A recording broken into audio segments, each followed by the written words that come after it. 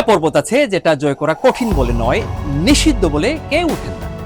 এটা এভারেস্ট নয়, K2ও নয়, এটা কৈলাস পর্বত।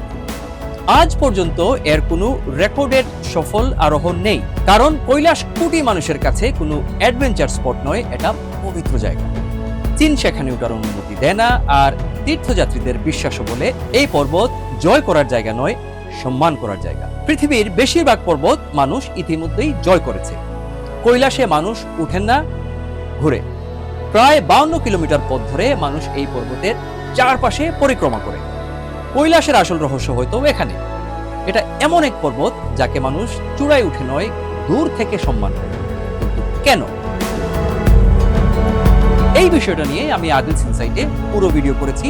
পুরো গল্প দেখতে চাইলে কমেন্ট সেকশনে থাকা লিংকে এখনই ক্লিক